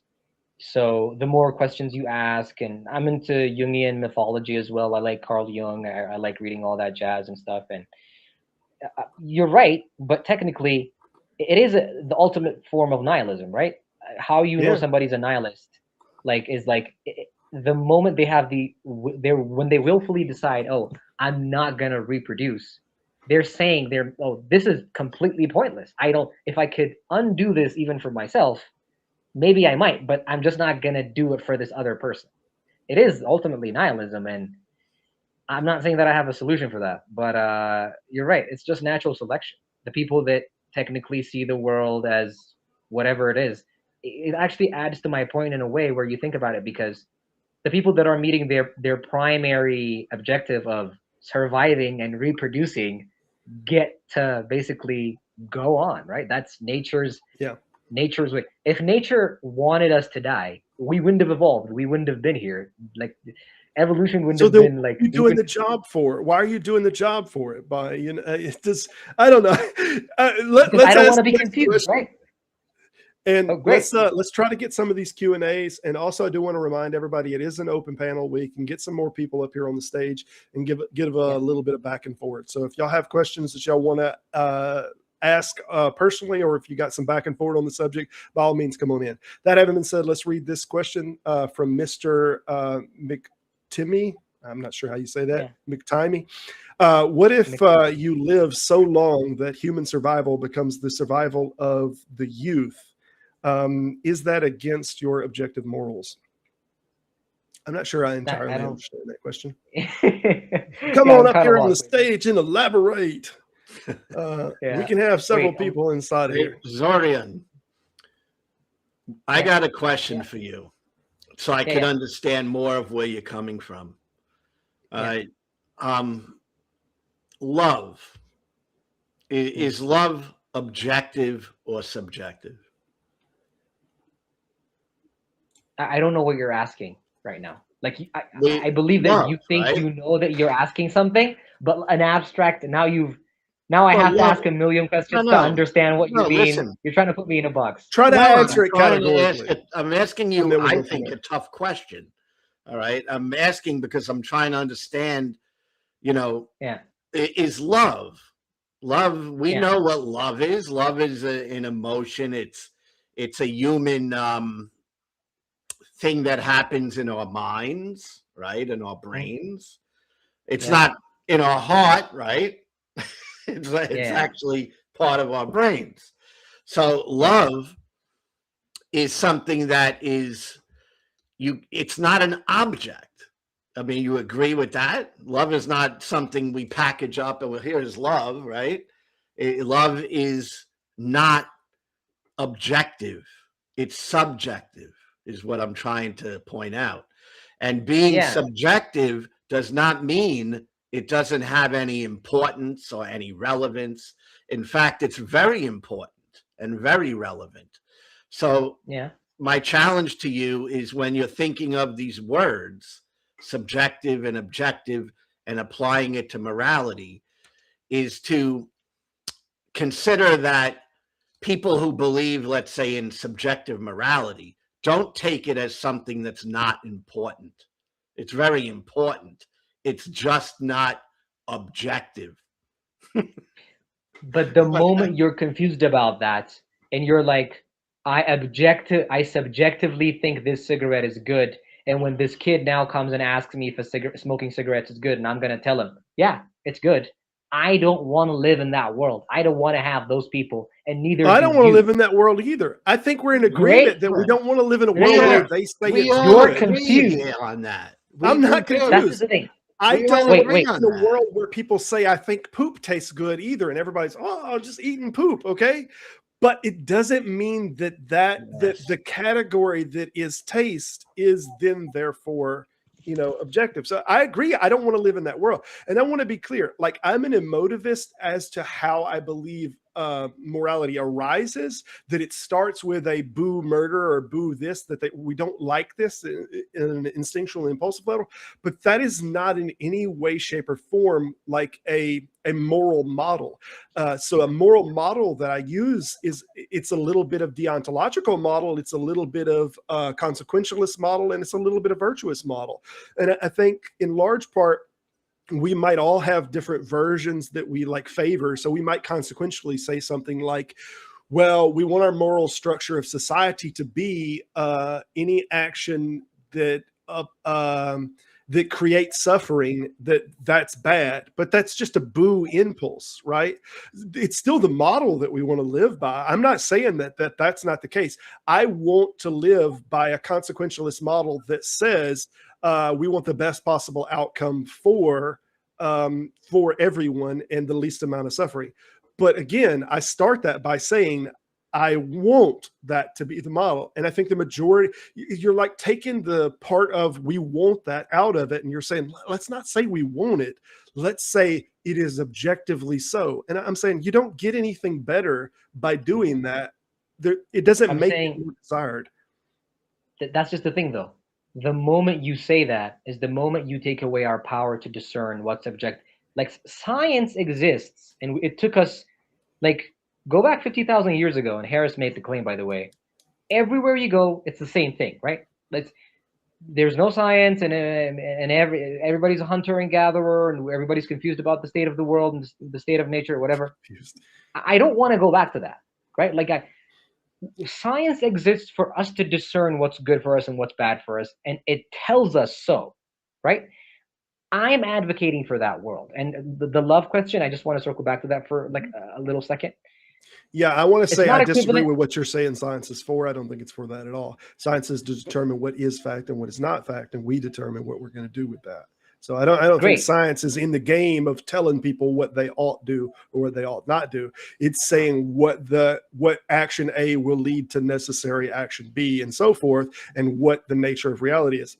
As far as the oughts, that's up to society to live by that. That's not science's game. Yeah. So the love claim, I think, I'm sorry, I can't read Mr. Like, I'm sorry, who, like, I can't read it. Phantom. Oh, Brooklyn. Oh, Phantom. sorry. Brooklyn. Okay, Brooklyn. Mr. No. Phantom's got a question on screen. Oh, This is Brooklyn Lou. If you didn't know Brooklyn Lou, or what's your channel name, man? It's Skeptic Lou. No. Skeptic Lou. He has a YouTube channel. He's a YouTuber on YouTube. Oh, okay. Okay. Oh, I didn't know that. Yeah. And so I invite you to subscribe and chat. I love it. Oh yeah, I'll definitely do that. Yeah, but again, the love thing, you could think that it's you even made the claim lastly. You said, oh, even subjectively, we want it to be good. You're gonna be confused about it, right? We can go somewhere else where somebody's significantly confused about love because of child labor, and they're like, oh, I love my child, right? That's why I'm making him do all this labor so that he learns for how to herd cows. And how do we know that that's not love, right? Then it becomes morality. The emotion isn't equivalent to, I'm saying that love isn't, me saying anything about love does not equal me saying anything about saying anything moral. I'm making the claim as to how the moment you say, oh, that's not love, whatever, then it comes to an object, like a value system of allocating, oh, this is either good or this is either bad. You can say that you feel an emotion. I can't deny that, right? That's why we live in the world that we live in. Somebody says, I love this person. Okay, fine. I can't say that you don't, right? Sure. But you can be confused about what's good and what's bad. And that's why crime of passion exists, right? Somebody says, oh, I love him. And then bam. Okay, so what is that? I reject the statement that you can be confused about what's good and bad. I think you can't, because there is no good and bad. There's no properties of good and bad. So. I think we have a fundamental difference in how we're defining things. You see, like love is not objective. Do you agree with that? I will answer that, but I'll just say it's not equivalent to the topic at hand at all. No, It's not it parallel. relates. It's not Let even me in the same explain. universe. Let me We're explain just how trying it to get a relates. definition of what Yeah. you're thinking Let me objective is. explain how it relates, because I think it Hey, does Lou, relate. I'm sorry to stop you. Can we knock some of these questions out? Because we're building up some Q&A, and we're in Q&A territory right now, and I do want to try to get some of them knocked out, and then we'll get back into the conversation. So if you got questions, again, you can put them in the chat. I'm going to start trying to knock some of these out, and we'll try to speed around a few of them and what we think about it. First of all, we got Phantom in here. How did they quantify how well a species sees reality? I think that was in reference to you, Zoran. I think you made some statement about reality. I don't recall it myself. Yeah, Donald Hoffman. Yeah, just search objective reality. Like I didn't read the research. It was no nonsense spirituality. She actually spoke about it, and she cited the research. That's where I've heard it from. Search Donald Hoffman, species that see objective reality, and I'm 100% sure you will come up with something. Or no nonsense spirituality on TikTok. You'll find her. Yeah, and then search Donald Hoffman. Again, if you're putting question marks on here, I hate to answer every question mark because I don't know if this is just a back and forward in the chat, but if you have something you want to come on the panel, put a Q&A next to it. Would let us know that it's just not internal chat on the side there, but that you're hoping to get it addressed. That having been said, let's try to hit this one. Natural beings don't technically survive either, so I'm not sure what an agent is. Maybe this is some chat that's going on that I'm not keeping up with everything. I'm sorry to say. Let's see. Let's skip that. I'm not sure how to respond to that one. I'm sorry. I'm getting some delays on this popping up. There we go. Objective means external and independent of conscious minds. This is something that me and Lou is kind of taking this position. Value does not exist without conscious minds to bestow it. Value isn't an objective like flowers. So how could morality be objective? This is the concern of everyone in this camp. If you've missed, this has been the entirety of the conversation that we've had here. I don't think that we've gotten a good grounding on the subject. I think that I don't think that we can. That hits on what I'm trying to get at with love. All right. The reason I'm using that, it's not that love equals morality. I get that. That is not the case. But love is something that is not objective, and yet it's subjective, and it's very important. Morality, what would be your case for morality being objective? All right, because the thing is, these words mean something. So this pen is objectively real, regardless of me being here or not. And you're saying, and we agree. And I made the claim that what I consider to be objective morality cannot exist without the human species, and that it's mind independent in a sense where it can only exist if the species exists. And when the species exists, it's mind independent. And the only way you can discover what's objective is through science and science-based tools. Because I agree that all of the outcomes are objective. It's the value that I don't think. I believe that all the outcomes. So, like smoking a cigarette, I believe objectively causes cancer. Right? I can completely agree with you. How do you know it's bad? Okay. Do you say it's bad? Do you say that? No, I don't say it's bad. No. Oh wow. Okay. I say that it's against our intuitions. We don't want cancer. Me burning my hand, I can't say that's bad in any objective sense. I might colloquially use it like, and even talking to my kid and saying, "Hey, don't burn your hand. That it'll hurt. That's bad." In that sense. But is it bad in some? I mean, what is the definition of bad? What is the properties of bad? No, man, what the hell is you're this? An adult. That's just the thing, right? Again, if this was ancient Greece, I swear to God, maybe in ancient Greece had your stance, right?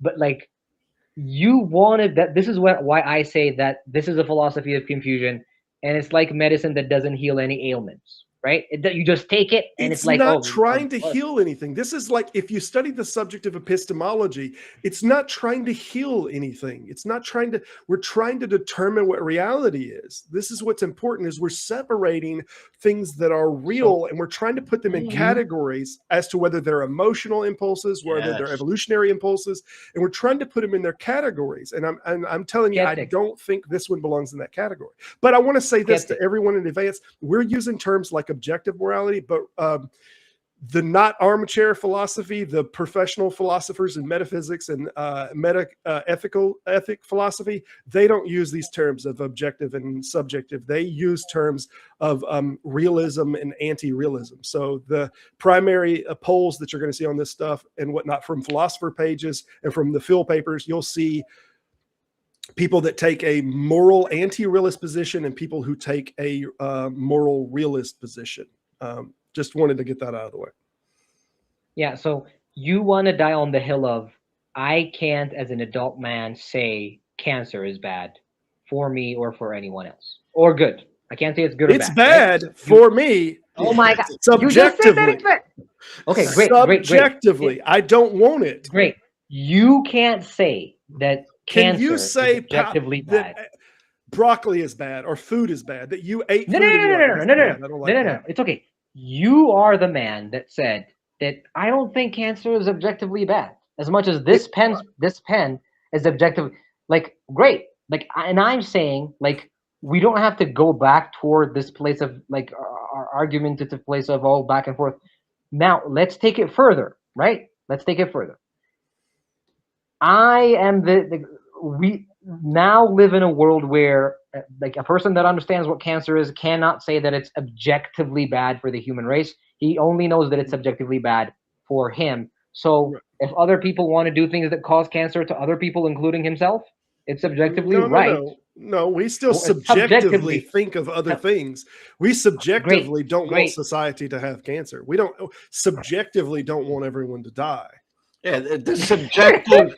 I don't understand what the disconnect is. Yes, the subjective part of this isn't a bad word.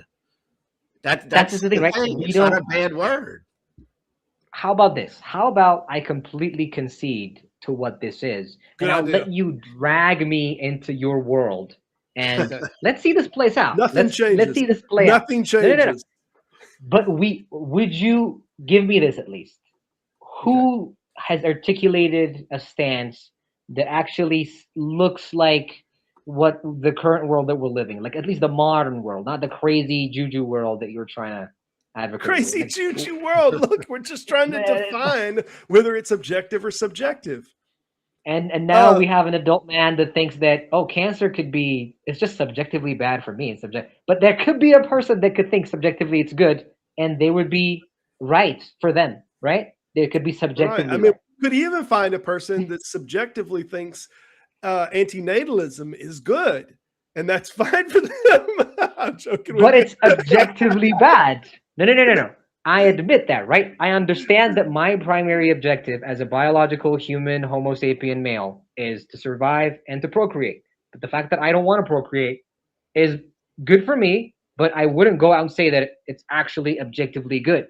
When I see another person doing it, that individual can do it as much as they can smoke a cigarette, even though it's bad for them objectively.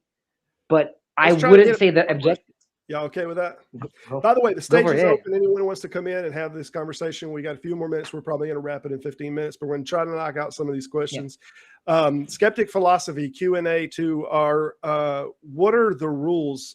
Morals are the true thing. How do we know what is or is not? What method are we using to discover this? Yeah, I'll try to address that. Well, as to whether something is damaging or not damaging, we're using science. As to whether we ought to do a thing or we ought to care, preference. We're just using preference, in my opinion. We don't want that. We don't want it fire bad, fire hot. You know, we have instinctual, we have evolutionary things.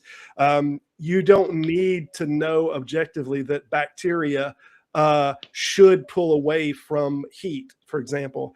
It just wants to pull away from heat because it has evolutionarily been selected for pulling away from heat. Those that bacteria that did not pull away from the heat, did not retract, depending on the bacterial type. Some might thrive in heat, so that might be a bad example. But let's say it's a cold in that case.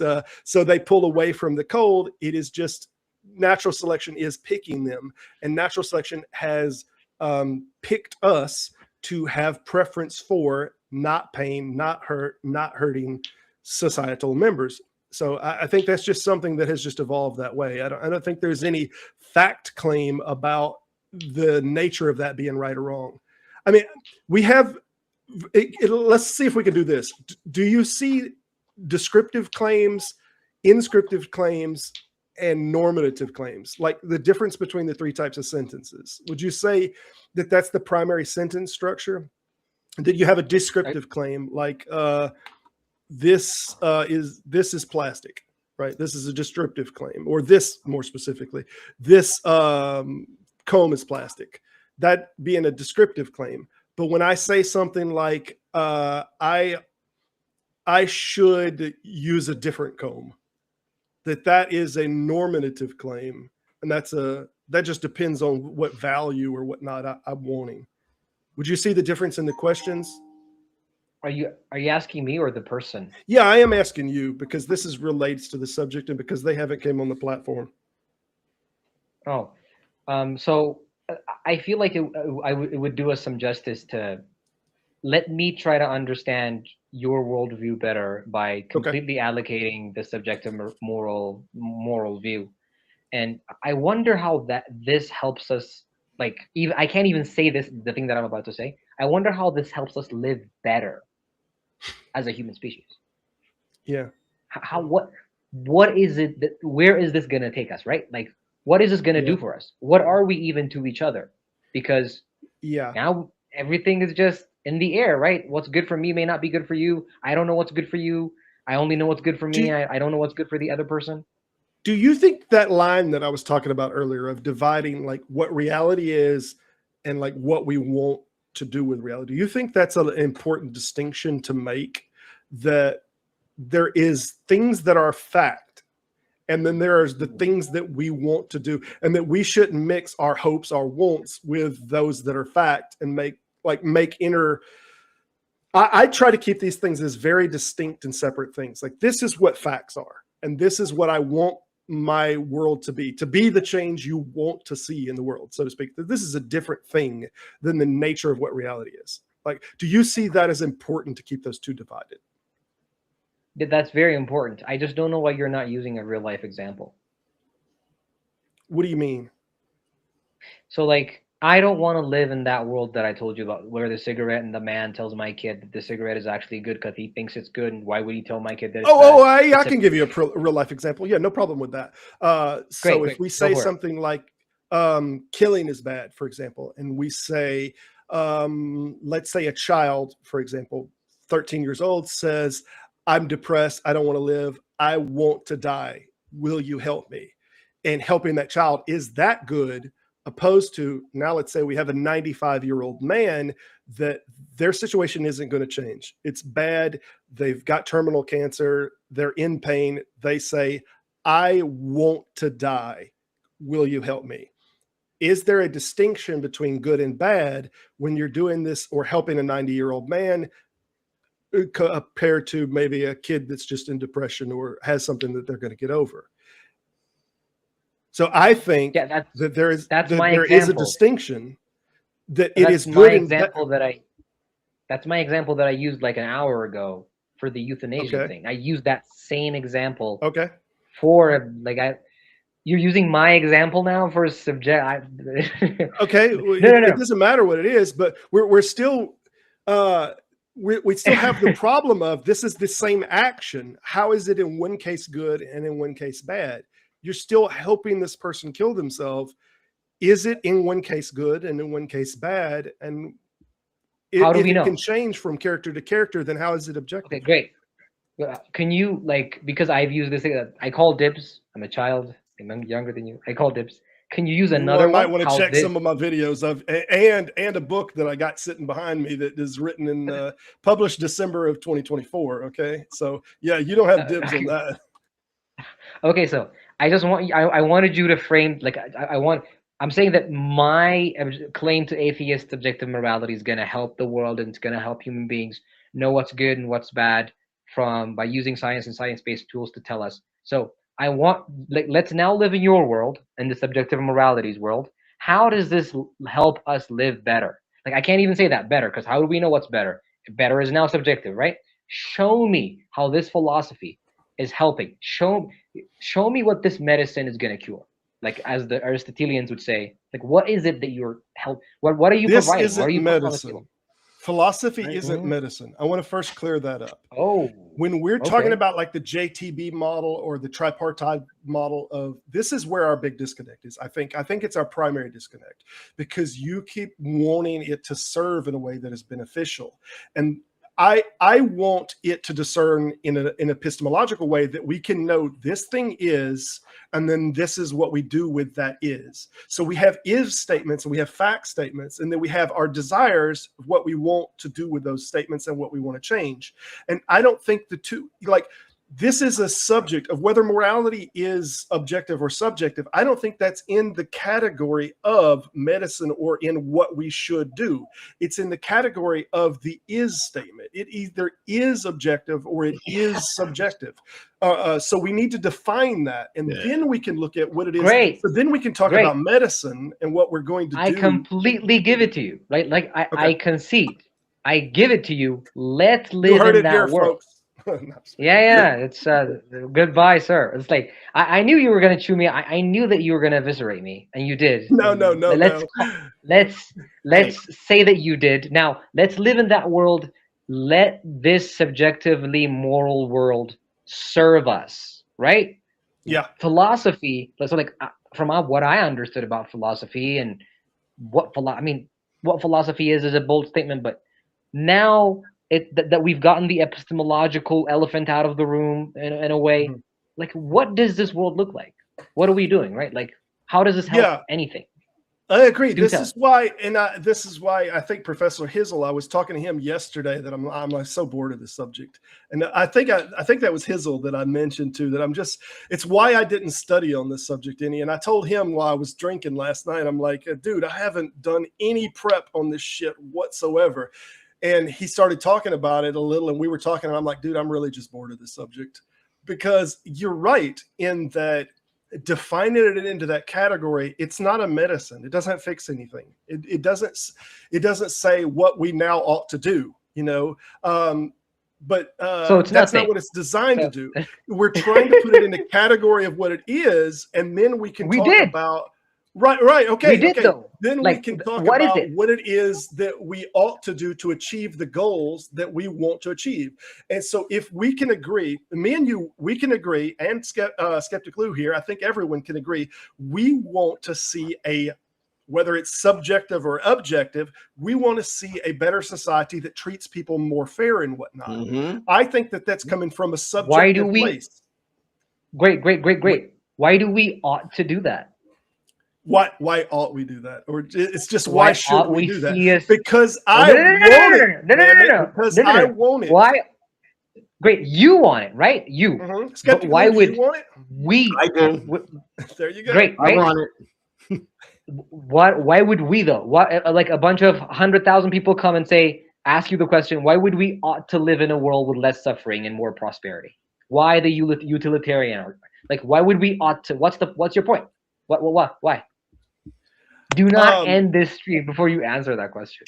Yeah, it's why ought we? It's why ought we? Why? There is no ought. It's just that we cannot not. We just cannot. Wait, why? Because we prefer it. It's because we prefer it. We have no other reason.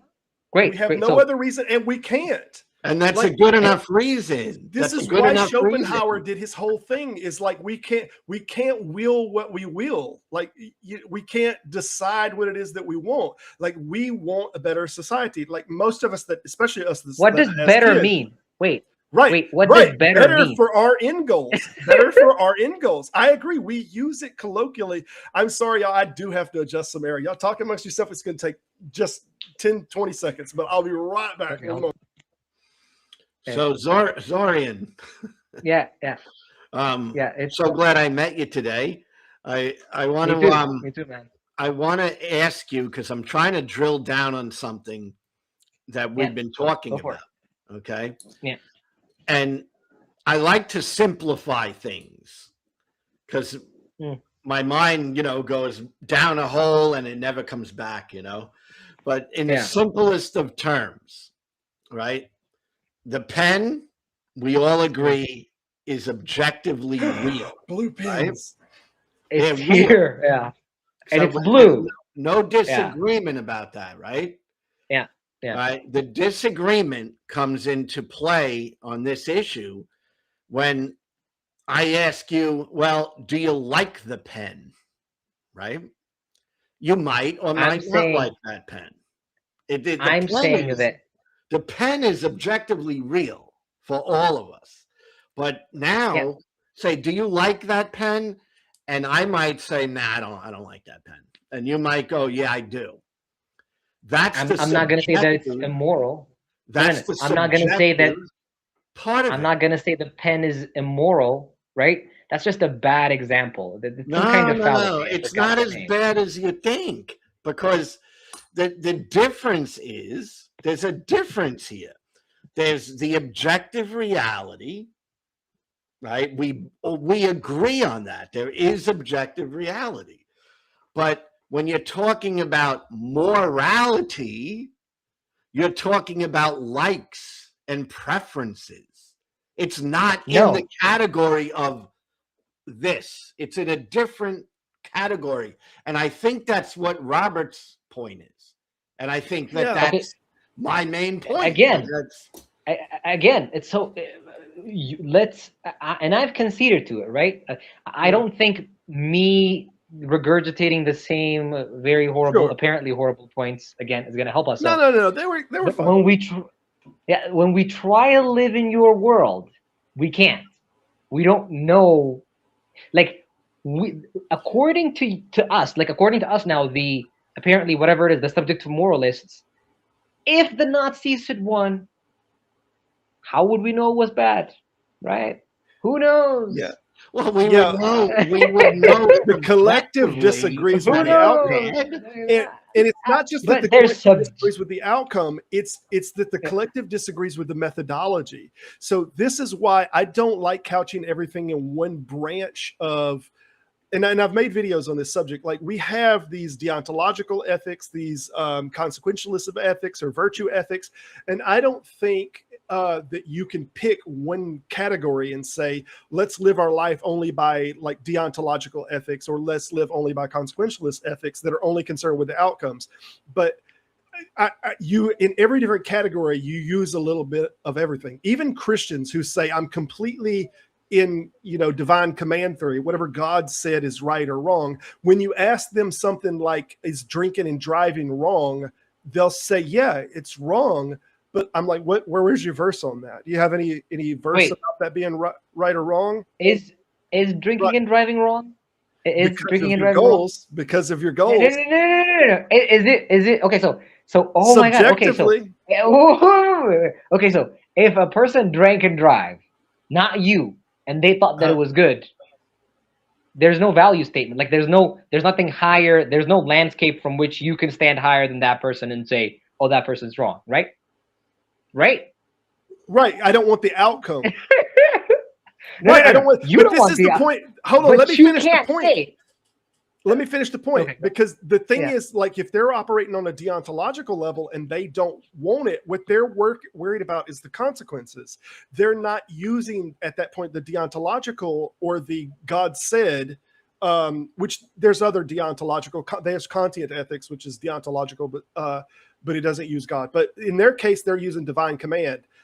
But yet they're still saying drinking and driving is wrong, even though they don't have a scripture. What they're doing is they're borrowing consequentialism as a model, and they're saying, I don't want the consequences of people drinking and driving, and therefore it's bad.